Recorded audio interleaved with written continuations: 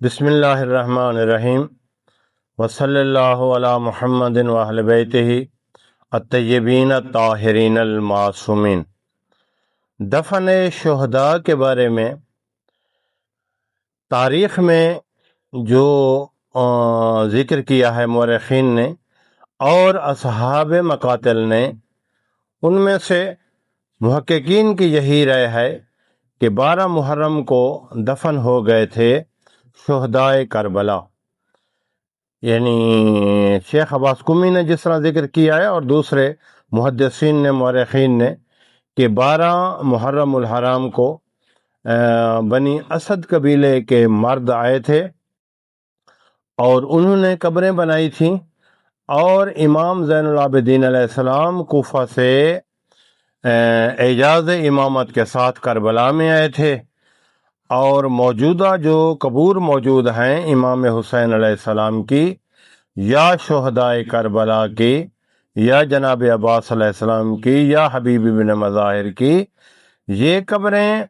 یعنی امام علیہ السلام کی نگرانی میں تیار کی گئیں۔ ایک گڑھا کھودا گیا جس کو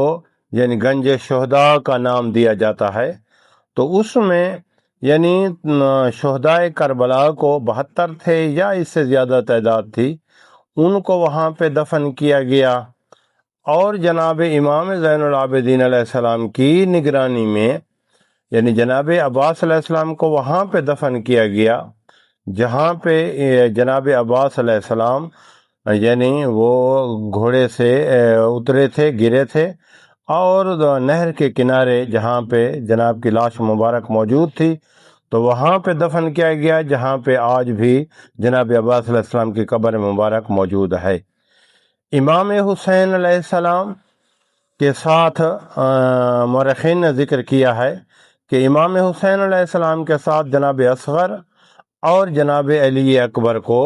علی اصغر اور علی اکبر کو دفن کیا گیا جناب امام حسین علیہ السلام کے ساتھ۔ حبیب ابن مظاہر کو علیحدہ دفن کیا گیا جیسا کہ ابھی قبر موجود ہے، اور باقی شہداء کو جناب حور کے علاوہ باقی شہداء کو وہاں پہ دفن کیا گیا جہاں پہ اس وقت شہداء کربلا کا وہاں پہ مقبرہ موجود ہے، یعنی جہاں پہ زوار جا کے زیارت پڑھتے ہیں، السلام علیکم یا انصار دین اللہ، یہاں سے شروع کرتے ہیں۔ تو یہ جو ہے انصار حسین، انصار اللہ،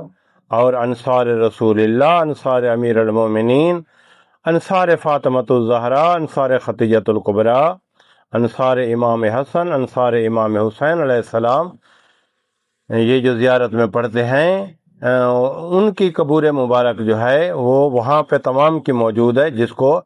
گنج شہداء کہتے ہیں۔ تو یہ شہداء کربلا کی دفن کے بارے میں یہ تحقیق ہے جو محققین نے بیان فرمائی ہے کہ 12 محرم الحرام کو